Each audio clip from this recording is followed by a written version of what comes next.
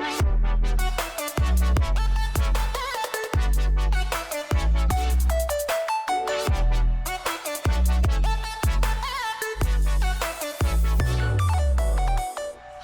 welcome to the Industry Hill Block Party. We have an incredible panel here today.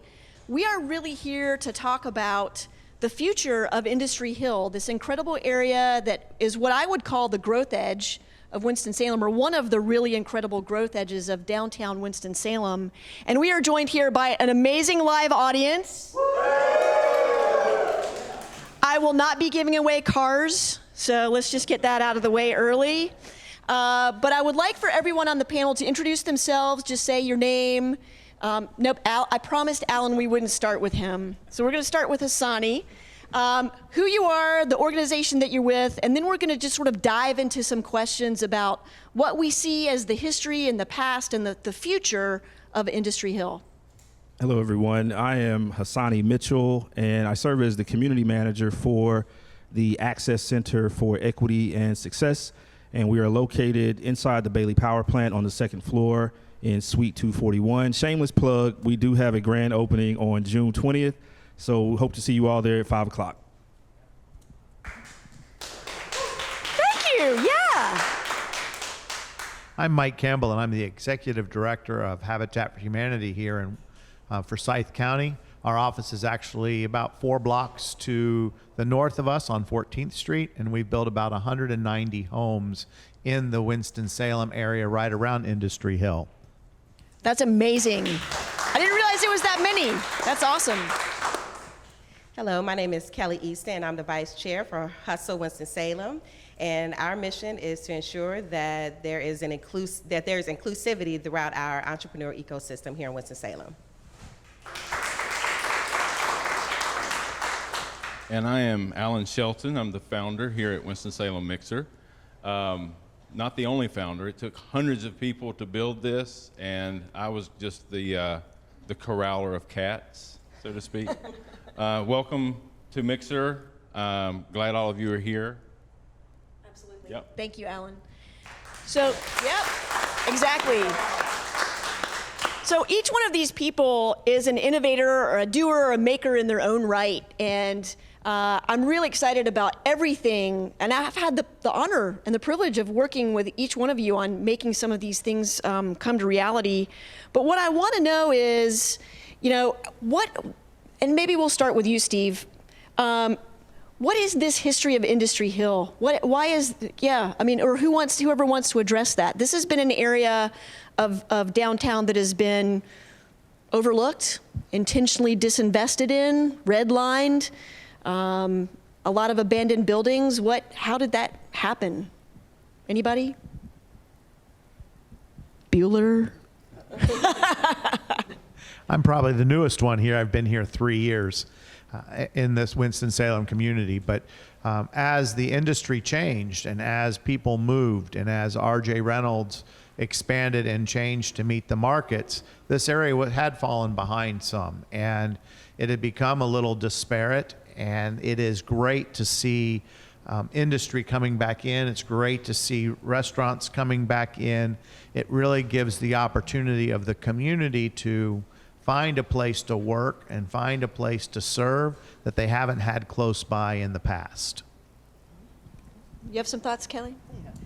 Yeah, I think you had mentioned redlining, and I think that is something important to add to this conversation because, resources were pulled and, people did move away. But I think that when you look at the history, at the origins, there were blacks working and living in this neighborhood. And so when we look at the various policies that came through, there were systemic issues that are in place in order to drain the resources. And so when you have when you pull all the resources out of the communities, then you leave the people there depleted somewhat, and then everything else is all the people with the majority of the communities that are building up surrounding this area, we can see all the fancy things that are going on. You're able to see the wonderful buildings and the various organizations, beautiful neighborhoods, and then you have people in the center looking, on the other side. And so then there's something that begins to happen in terms of the mindset shift, and I think that there are, again, we have to look at it from a policy standpoint, not only was there disruption as far as industry, but then that there were actually policies set in place in order to take away the resources and to build them elsewhere. But I am excited to see that there are great things that are coming to this area. I'm glad for this conversation to just talk about how we can make sure that it's inclusive of everyone. So Alan, Mixer made a very conscious and intentional decision to locate here. Can you tell me about how you made that decision? Like, why here? Yeah, so we were looking at this side of town because we wanted to be close to downtown. If you live downtown, then you might want to walk or ride your bike to get somewhere. But if you live outside of town, you're already going to get in the car. You're getting in the car to come down here anyway. So we wanted to be close enough for people to hop on their bike and ride to Mixer. And as soon as this building became available, we snatched it up because it was perfect. We wanted to be in this neighborhood because, one, we could afford the rent, but two, we could see that it was an up-and-coming place. We saw the creatives moving in, and you can often tell that by the graffiti. And if you don't know what I mean, start paying attention to the graffiti around town. And when new large-scale graffiti starts going up, somebody's looking at that place to redevelop it. And there's a lot of that happening just north of here. I have lived within 10 miles of Winston-Salem my whole life, but I didn't live in Winston-Salem until 10 years ago.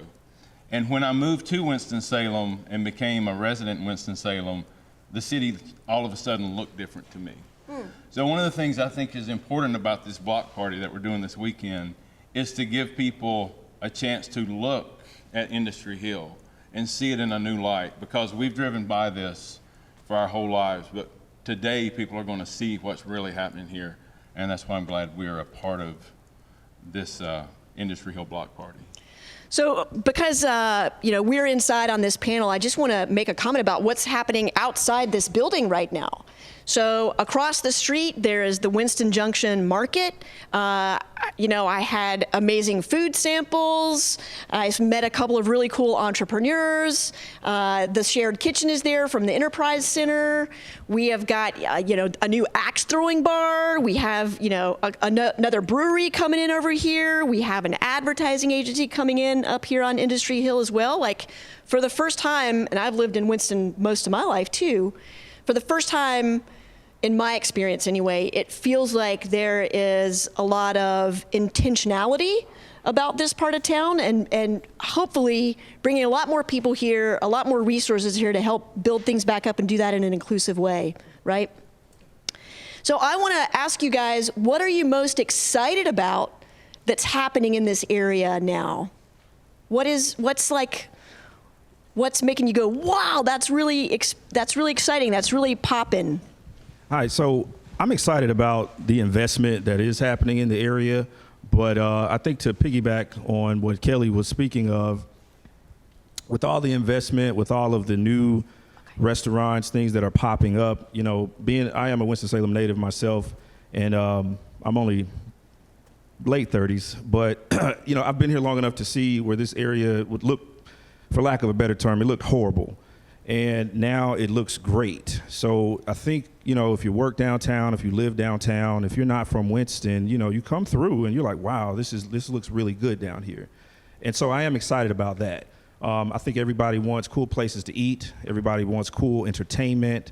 Everybody wants cool restaurants, apartments, things of that nature. So that's cool to drive by and see it. And I'm definitely excited about those things.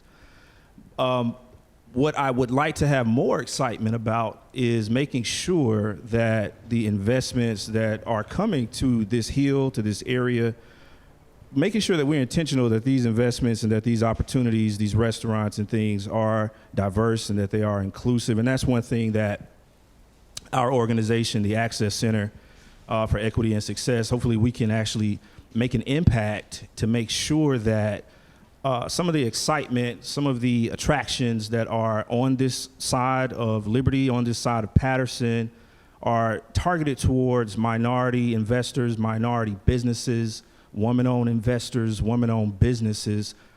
We've got capital to make that happen. So, I'm excited about, after 5 o'clock, there's something to do. On your lunch hour, there's cool places to eat. If you're new to the city, you're young, there's cool places to live. I'm excited about that. But I want to have greater excitement making sure that this hill, making sure that this block, it points to the roots of Patterson Avenue 50, 60 years ago, where this was black-owned businesses, minority-owned, cleaners and grocery stores and things of that nature. So we want to make sure that that excitement is intentional. I'd have to echo what Hussein has said, because diversity is important. And when you work in the community down at the bottom of the hill and you look up the hill and you see the lights and you see the glitz, you want to be able to make that inclusive. You want to make that affordable to everybody that's in the area so that they don't feel like there's a have and have not. And we have to get through that area, and diversity and allowing opportunities for people to grow and to work and to just develop in this community is what I look forward to. And I definitely agree with Hassan. I believe that, there's an opportunity for us to really be able to build an inclusive community. I think that, we're pretty deep in terms of the strategy and the development of what people want to see here. But at the same time, there's still this opportunity to sit down and to bring Black leadership, to bring Black business owners and investors to the table and to ask the questions, how can we make sure that you are able to benefit from this? And then we need to be able to struggle in this together. There's a conviction that I have just in terms of I am Black, and my children are Black, and I have Black relatives. So of course, I want to make sure that my community is able to be included in there. So I will be driven by that conviction, just naturally because of who I am. But then we also need white people and Asian people. We need white men and everyone else to be able to come to the table to say, well, what does it look like? What can I do? And to be able to agree to be in that struggle to make sure that everything's inclusive. So what I look forward to is the opportunity for us to do something intentional about making sure that we are a diverse community living among each other with shared values, especially around entrepreneurship, my passion. Yeah, well, I do have one thing to add to that. I have been in several of the meetings for planning this Industry Hill Block Party. So I've had the business owners and leaders in the neighborhood in this room, and I know that this neighborhood is very open to exactly what everyone here has just voiced. We have to figure out how to get in the same room at the same time and have the conversations. And so when this is over, I would like for us to make a plan today to go ahead and set up one of those meetings, the first one. Yes, I really want to do that today. That's fantastic. I think one of the things, and I'm really going to go off script here, I think one of the things that our community does struggle with, to use your word, Kelly, is those dialogues. And there's a lack of, in some cases, a fundamental lack of trust between the very groups and the very people that we need to be bringing together and convening now, and that actually allows the conversations not to happen even when the invitation is extended. Absolutely. And then you get to a stalemate. Yeah. So what are some of the things that we as community leaders, as people that all want this to happen in an intentionally inclusive way, in a progressive kind of a way, how do we help make that work, and how do each of you make it work, and what are the ways that we can all contribute to making that work? Mike? Hassani? I know, I just dropped a big one. Yeah. Well, I think, like I said, you have to be intentional as a community. even a business owner, if you have a business in this district, if you shop here, if you eat here, if you live here, you know, don't be so siloed into, you know, Industry Hill, or don't be so siloed into Innovation Quarter, because in order to be diverse, in order to be inclusive, you've got to know what that means, who those people are, what their needs are, what they want, what they eat, where they live, what kind of entertainment they like. And, you know, I'll just kind of go there. I think, you know, a hot bud term in Winston right now is across 52. You know, I hear that all the time. Across 52, there's these disparities, there's these struggles, there's, you know, childhood poverty and things of that nature. But those things occur all over our city. I grew up on the South Side my entire life. My mom still lives on the South Side across 52. So that terminology is just new to me, you know, because I've lived here my entire life. So as community leaders, as entrepreneurs, as business owners, investors, you've got to get out of your box and, you know, go eat at a restaurant on Walltown Street. You know, go eat somewhere on Clemensville Road. Go shop on Patterson Avenue, the other end of Patterson. See what's going on. And for, you know, people who are not from Winston-Salem, you've got to go see other sides of Winston-Salem to fully appreciate the city. Then you can come back to Industry Hill and see what is missing. You can come back to Innovation Quarter and see what it looks like and what the rest of the city looks like. I just think you have to be intentional, and you have to kind of open your eyes as community leaders, as entrepreneurs, as business owners, because I believe that every dollar is green. You know, there's not a brown dollar, there's not a white dollar, a yellow dollar. Every dollar is green, and that dollar is going to spend, whether it's across 52, whether it's on Industry Hill, whether it's in Innovation Quarter, whether it's in the South Side, North Side, East Side, wherever side. So you've got to kind of see what else is going on in the city and replicate that here, because those dollars will spend.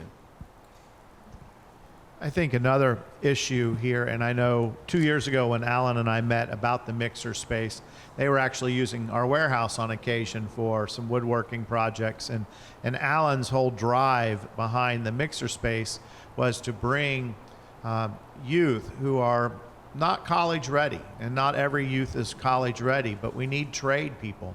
We need people to learn how to do the trades, and that's what Mixer was designed for. And I think Industry Hill can help grow that it's okay to be an entrepreneur and not having to go to college, because you can go to college anytime. But there are there is welders here can make an amazing salary and have plenty of work to do.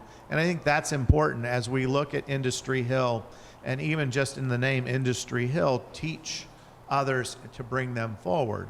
But I also agree with Hassani about, I work in Kernersville some mornings and I'm in Louisville before noon, and people think I've traveled the whole world. And there's just so many amazing things as you go into these pockets of the community in Winston-Salem that will just amaze you and impress you with what they have going on. So I believe it's about trying to bridge the gaps with opportunities for learning, opportunities for recreation, and opportunities for work.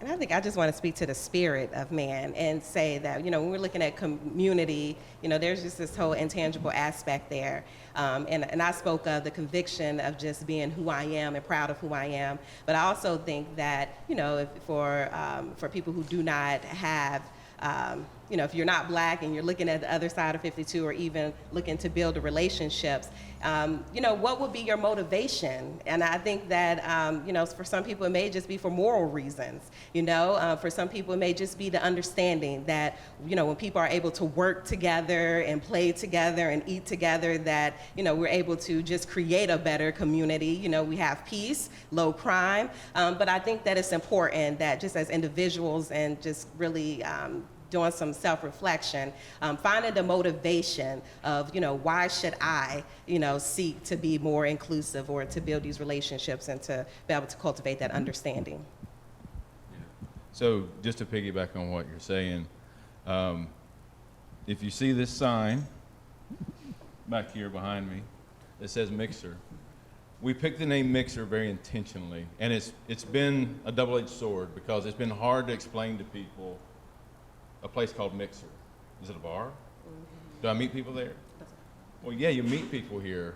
The reason we chose the name Mixer is because many maker spaces associate their name with some type of technology or some type of tool. And so people that are not interested in that type of technology don't care, and they don't show up.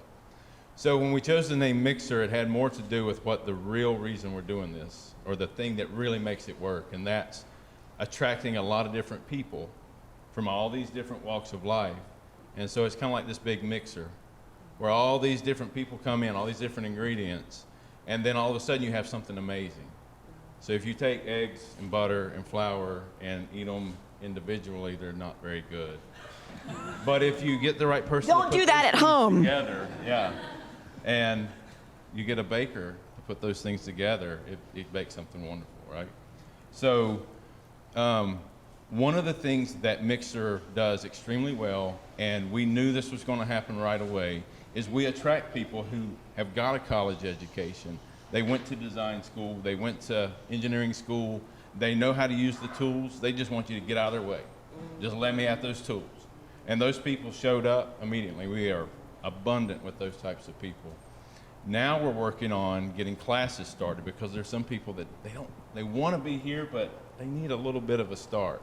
And we're also working on some grant proposals, and being in Industry Hill puts us in a perfect place for these grant proposals because we'll be training people that go straight into jobs or take their business that is right now just an idea and something they do as a hobby and turn it into a business where they'll need space right down the street, and we have affordable space for rent in this neighborhood. $300 a month will rent you a space big enough to get started, and there's people here doing that right now.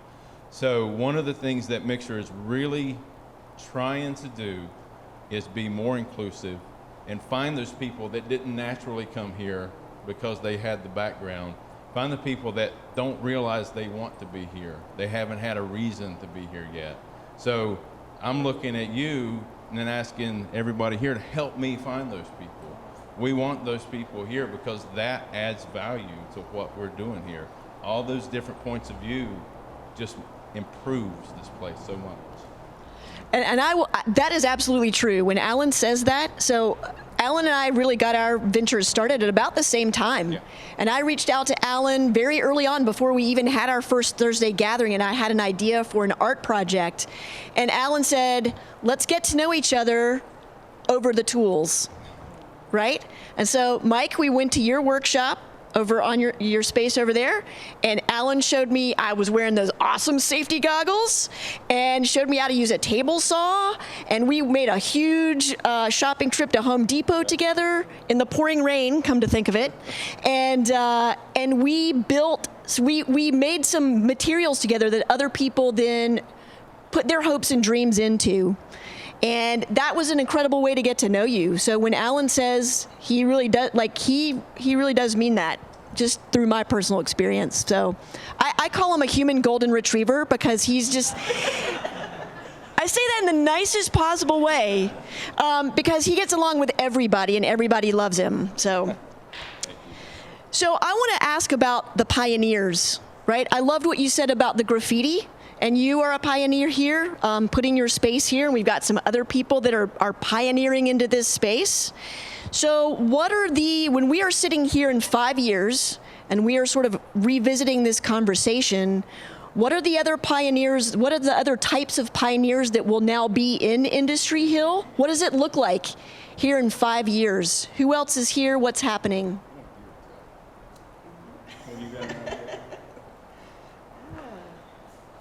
Mike? Dream big. Well, I'll just speak to my organization, the Access Center for Equity and Success, and just what we're tasked at doing, and hopefully that will tie into pioneers and what this space would look like in 5 years. So I manage the Access Center for Equity and Success, and what we're tasked at doing is creating opportunity, creating resources, exposing minority businesses, women-owned businesses, giving them access to capital, giving them access to certifications, giving them access to contracts. So as I stated earlier, if there are investors, if there are minority-owned businesses, if there are women-owned businesses who need capital to get one of those spaces that Alan spoke about, if there are women-owned businesses who would love to do business in this area, if there are minority-owned companies who would love to have something on Industry Hill, Access Center is here to be able to put you in the room with individuals like Alan, to put you into the room with individuals who may want to invest in your business, to be able to give you capital, if you qualify, by the way.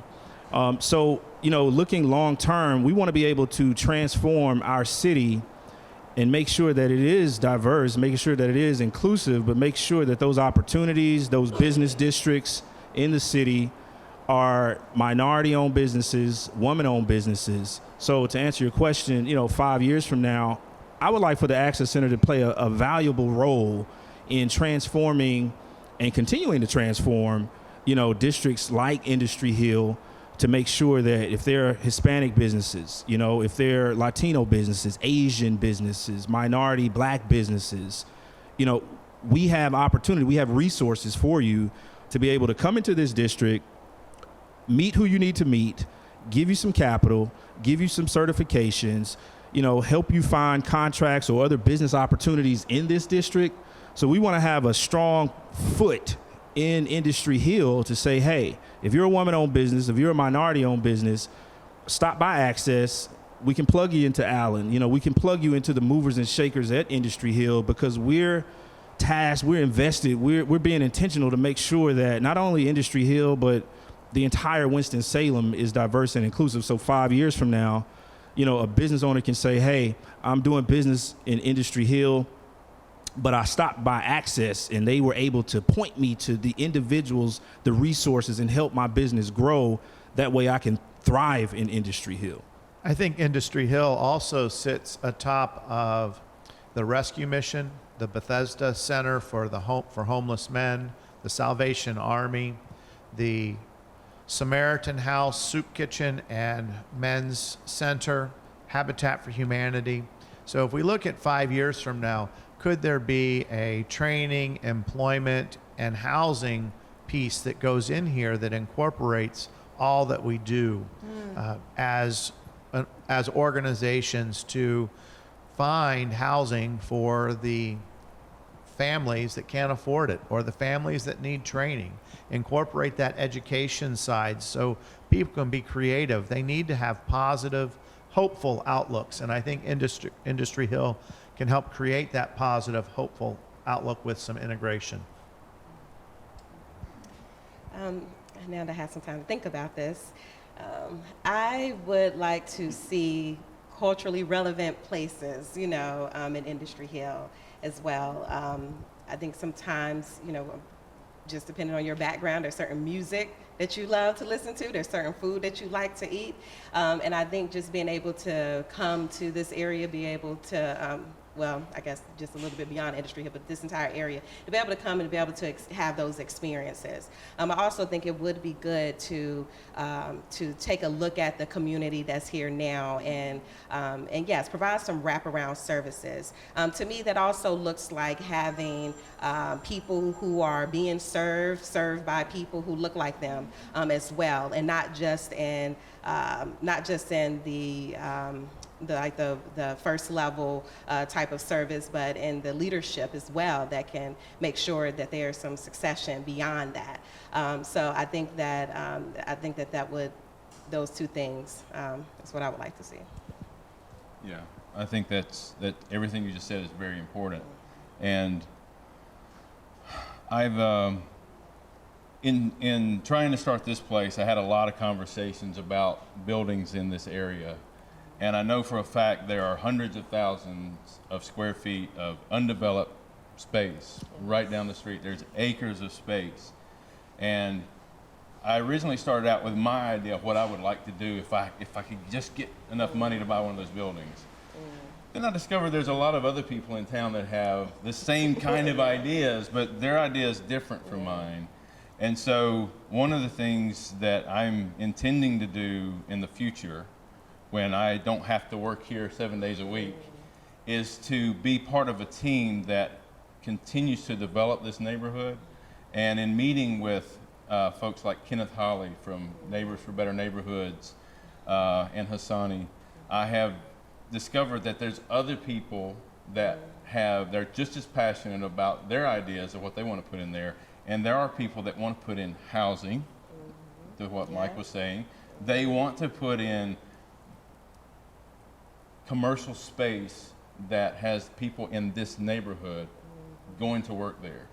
And that is something that the people that I know in this neighborhood are very interested in. They feel like it's their duty to consider that we set up our business here, but we might have taken away a chance for somebody else to do that business, and they realize that. I've seen that. I've sat here and watched how intentional people in this neighborhood are, and I think we're just very lucky that has happened. And I think it's contagious, actually. So I think the people that have started their businesses here do want to be intentional. I'm looking at Dan right now. I know he's that person, and he runs Wise Man Brewing right next door. So. Yep. I think I'm going to throw my 2 cents in as the facilitator. Screw objectivity. Yeah. I'm not very good at that. I have opinions. I believe that Industry Hill can be one of these first labs for what I see as some energy and momentum toward being intentionally inclusive, toward what does this actually look like as a commercial and social enterprise, right? Because there's some public money coming here, there's some private money coming here. How do those two things balance? And that always is a tricky, little tightrope to walk. I believe in 5 years we'll be sitting here and we will see an entirely different landscape. I think we'll see some cranes down here. I think we will see more entrepreneurs. I think we'll see some businesses.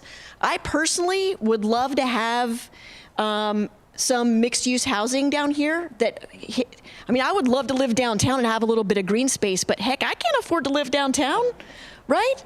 So how do we have sort of an intentionally inclusive housing effort around the downtown area as well? So we all, I think there are a lot of people that do have ideas. Let's all pull our weight together, get over those trust issues. I know I'm making that sound really easy. I don't think it's that easy. But those are important conversations to have, and the sooner we can get past the conversations and into the action, the more people we were inspired to do the same thing, the more we will be changing the landscape and the spirit of our community and helping to show that that trust is merited.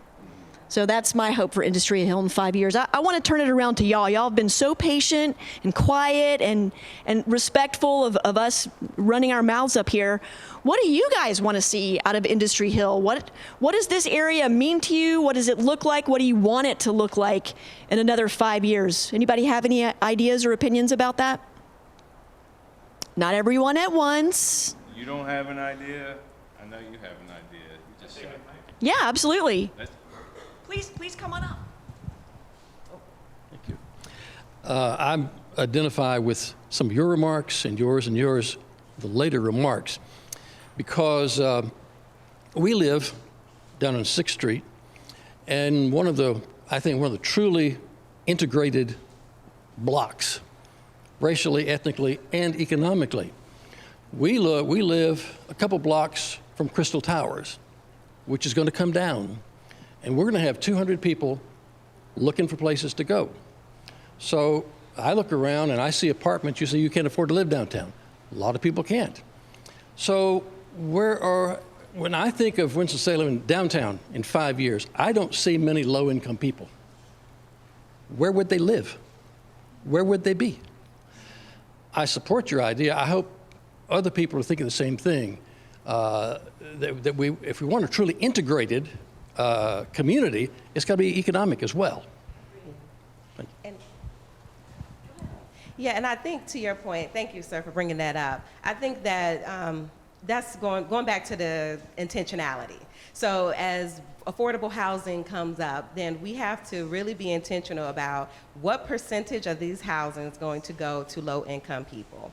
And it cannot be 10%, when, they were the majority, at one point, but just really being intentional about what percentage of that affordable housing will go to people who have historically been in this area. And it should be something that is fair, equitable, as much as it can be. But then I think we should also not only look in terms of how many units, but then we also need to look at the time frame, and making sure that it's not, that when they move out, then they're replaced with, with someone else, but making sure that there's a percentage there and that it's there for a good long time.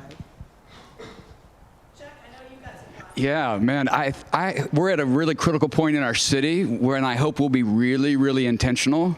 Because, I think we all can see what's coming this way. And the question is, would we have the courage to have the kind of conversations we're talking about right now before the dollars really drive the conversation? And there's such rich history, and sad history. If you haven't unpacked what redlining does to a community and what the long-term effects are, that's part of what we have to wrestle with. And so I think this is the moment. And if we miss this moment, we'll be just another uptown Charlotte, or Raleigh, where just all the affordable housing is gone and we've just marginalized the people that really established these communities.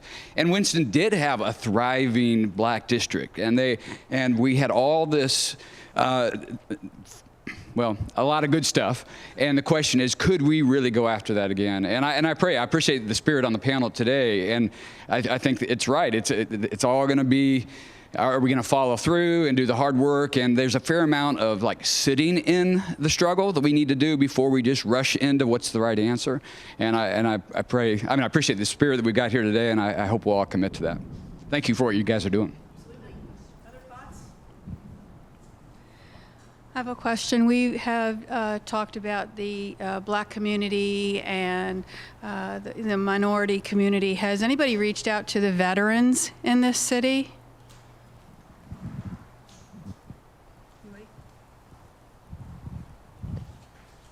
The veterans in this city have been addressed and continues to be addressed both by the city council and by the local organizations in the area. I know Habitat for Humanity adopted a veterans repair program when I started in July of 16, and we have helped veterans who are disparate and living in unhealthy conditions make their homes healthy and find housing for them. The city council actually put out a veterans housing moratorium to get all veterans off the streets and into housing. And the Bethesda Center is one that helps with that. And I know the Salvation Army is helping with that. And there has been a real drive to help veterans in this city. I think that's, if we could take the same effort we're putting into the veterans that we can put into integrating our communities, we would be, a model community throughout the United States.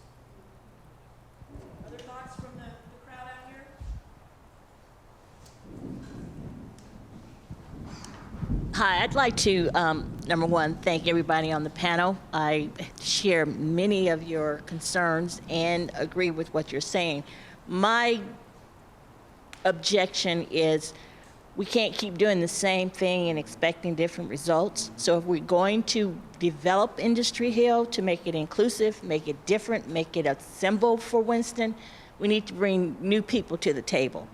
So we need to have people that are not a part of the established leadership and bring people that have new ideas, and they can be small business owners. They should also be able to speak when they get to the table and not just sit at the table.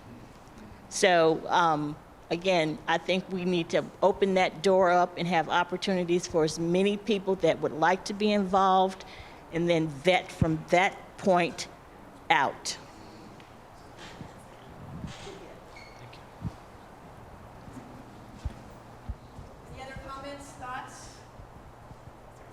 No, I was just going to say, just following up with what Mona has shared, I definitely agree with that, and that's part of the reason why, I'm even here tonight. Most people in the community know that I'm somewhat unapologetic in terms of doing the things that I believe are needed, to advance people who look like me. And so I think that those voices are needed because it's, for us, there's a certain level of conviction, but then, as entrepreneurs, as we are, and when we're talking about entrepreneurship and creating industry, then it's important, not to only have somebody Black who's going to be unapologetic and hold a position, but then also being able to understand, what type of measurements are in place, because that's what I'm thinking about. What type of metrics are we going to put in place to, how can we measure inclusivity? I think we need to start there because, when we're just looking at it from a qualitative perspective, then it's, for you, it may feel inclusive, for the next one, but how do we, we really need to go a little bit deeper to make sure that we're able to create strategies to ensure inclusivity. So I'm going to speculate from sort of an entrepreneurial innovator's point of view that we're not going to get it all right at the first go in Industry Hill, right? Yeah. It's a generational problem. We have to be very intentional about it. We've all said, I can't count the number of times we've said intentional today because it is the most important thing. But I want us to be very careful about laying expectations that Industry Hill is going to solve all the problems, because the momentum's already going. There are conversations that are happening, and we may be able to make some incremental progress here. And believe me, I'm more of a revolutionary than an incrementalist. But I have come to learn in my 51 years that very few revolutions succeed without people dying. And I don't want to see people die. Not literally. Can I just follow up? Yeah. Absolutely. But here's what I will be, long-term satisfied with Industry Hill is if we make concrete strides in the right direction in Industry Hill, things that we can build on. Let's say things that we could build on for the East End Master Plan and make that even better. So if we look at this as a prototype, right? That's what we do here at Mixers. We build prototypes, things that are minimum viable products that are just sort of like, this is the first phase. We're going to keep improving. And so I just don't want there to be an unrealistic set of expectations around, we're going to get it right the first time in a short amount of time and solve a lot of historical distrust, with very good reasons, distrust. I just don't think that's fair to put that on any one sort of set of one project. Yeah, and I don't think that's what is being said. So I don't think it's a matter of, we got to make this absolutely perfect right here and right now. Chuck mentioned earlier, we got to sit in the struggle long enough. And I mentioned earlier, we are far into the plan. So even to have this conversation, well, what do you want to see? When we already know there are plans already in place. So for what I would like to see is just the intentionality behind bringing people. I think, Alan, I really sense, you have the spirit in terms of, what does it take to be inclusive and just going beyond the people who are already coming at the table. And, if we want to get it right, then, we will take the amount of time knowing that there are some timelines in place, but sometimes you got to slow down in order to speed up. And especially if we're saying that we're going to be intentional around community. And then to that point, Hustle Winston-Salem, the whole slow down in order to speed up, that was something that I got that was birthed from being a part of this cohort with EMC Arts, who came and they said, well, how can we use art in order to address some of these social issues? And that was, we did not have a plan in place. They were very careful about saying that, precisely this right here is what we're going to do. But we had to work together and we had to figure it out together. And I think that when we're looking at community, then that's something that we just really need to, we need to approach it in understanding that. So it's not a matter of getting it perfect. And I don't think that's what anyone is saying. I agree, and I don't think anyone here, I'm not saying that everyone here thinks it's going to be perfect. I just don't want to set that expectation, right? If we look at this from an entrepreneurial, like a social, civic innovation sort of timeline.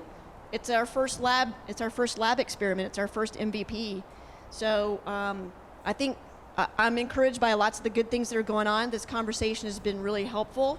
It is raining like a bad dog outside. So if anybody wants to run out in the rain, awesome. But are there other thoughts that we want to share before we all dash out and get soaking wet? Hassani? And I'd like to add, just to kind of, I completely agree with Kelly and Karen.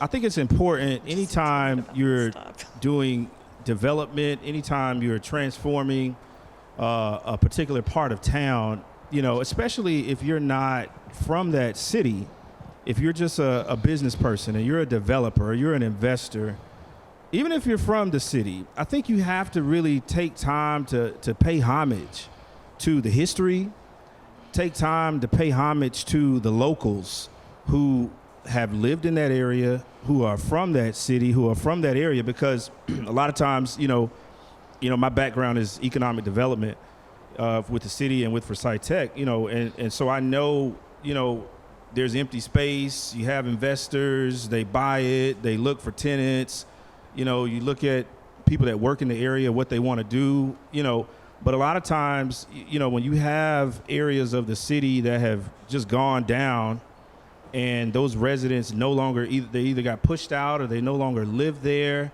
or there's redlining going on. And so when the economic development comes in, you know, those organizations, those companies, those individuals, you have to take time to look at the history of the place that you're getting ready to completely flip and transform. Because 40 years ago, 50 years ago, 30 years ago, you know, segregation, racial, you know, injustices, inequality, those things have not gone away. You know, my grandmother is 86 years old, so she tells me stories that will blow your mind, you know, about this city, about parts of this town, about streets, you know, neighborhoods, things that happen. And so when development comes in, when businesses come in, you know, you have to pay homage to what happened in that area. Because like Karen said, you're not going to get it right, but at the same time, those people are still alive. Those memories still exist. You know, those records are still at City Hall.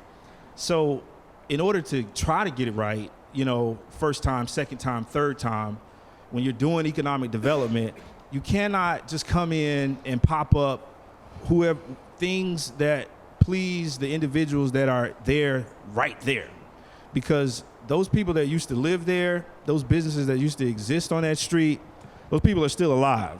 Their family members are still alive. There's memories, there's echoes of the history and the passion that was in a specific area. So if you begin to pay homage, if you look at the districts that you're developing and say, hey,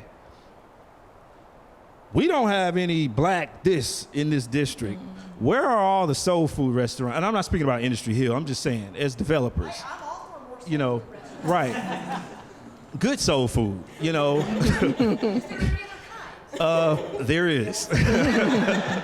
Salt and sugar. We need that, you know. But anyway, so you have to take a look at what you're doing and don't just build things, do things, open up restaurants, and not have a blind eye to the community that you're building around. Because when these people start to complain, or when those communities say 20 years ago, 30 years ago, 40 years ago, it was this, you know, they're still alive. You know, they just don't live there anymore. You know, so you have to pay homage to the community that you're totally rebuilding. And just to say, they're still alive and they have pride in this area. Like, they love it. Like, this is part of their childhood. They're, you know, where they became to be the people that they are. So, you know, to them it's very special. But I just want to say that to some degree, I am the example of just really going back, slowing down, taking a look at everything in order to move forward. I'm a Winston-Salem native, and so I moved in '99. And I just returned in 2016. And so when I moved back, I stayed with some relatives out Walkertown for a little while. Then I lived in Renolda and the Renolda area. But when I jumped in, you know, as an entrepreneur, I said, well, where's the business? and I saw it was at the Innovation Quarter. And so that's where I went. And I did all the networking. That's how I met you, Karen, and many people are here today. And I love what was going on with Venture Cafe, love what's going on, just all the synergy that's there. And I made money and made the connections that I needed in order to build my business. And so, I was very excited about that. And then I was working on a project and I said, well, you know what, I really need to go back to my community in order to make some connections there. Actually, it was part of the Hustle project. So I said, well, I'll be the one to go back, to go to the community and to find out what's going on, make sure that they understand what's going on at the Innovation Quarter. But I had to go back, and when I saw what was going on, then, I was intentional to put my to open up my office. I'm at the Enterprise Center. So I opened up my office at the Enterprise Center, sat there, did the networking. I had to slow down. And so now, as the vice chair coming in with Hustle, now I'm ready to bring that back, to be able to come back and have conversations with you and make sure that, I'm saying what, I'm able to speak on behalf of, the community and bring the community alongside. So it's not I love what's going on here. It's just a matter of making it inclusive. And sometimes, again, that's why you just got to slow down to just get the understanding, and then, you can speed up. I'm going to wrap this up. This has been incredible. Thank you so much. Is there another comment back here? One more please, thing. Great, wonderful. Okay, I just wanted to say I was really excited about the idea that with this block party, it was the young entrepreneurs that decided to host this panel. So, because that really had the care to really start bringing up those issues. What would happen with gentrification? How can we make that more positive? And plus, I really believe uniting with other sectors, that you're not uniting with the social services sector or the church communities, but that the entrepreneurs and the business people were taking the lead was hopeful, because people need more money. They need good jobs, they need training, and this is just a good way to do it, how we can begin to unite it. So it was a great day of hope for me. Thank you so much for that comment, because what I really see, and I meet with hundreds of entrepreneurs every Thursday, shameless plug, at Bailey Power Plant from 5 to 8, and I really am seeing the entrepreneurs wanting to work at that intersection of entrepreneurship, innovation, and economic mobility. And that's where I think certainly our mission as Venture Cafe, that's our, where we really feel like we can make the most difference here in this community. But often it is the entrepreneurs that are the ones that are willing to take some of the arrows in the back and be the colonists, right? To sort of come into some of these spaces that nobody else wants, and $300 seems like a lot, but if you're making, jewelry, maybe that's a lot, but you're going to grow your business. And I am just excited. And thank you all so much. Hassani, Mike, Kelly, Alan, one of the 9,000 Allens that I know. But a lot of Allens here in Winston-Salem. Thank you for having us in your space. Thank you all for sharing your perspectives and your experience. And thank you all for being here in the pouring rain, for sharing your hopes and dreams for Industry Hill as well. And we hope you have a wonderful rest of the day at the block party. Thank you so much.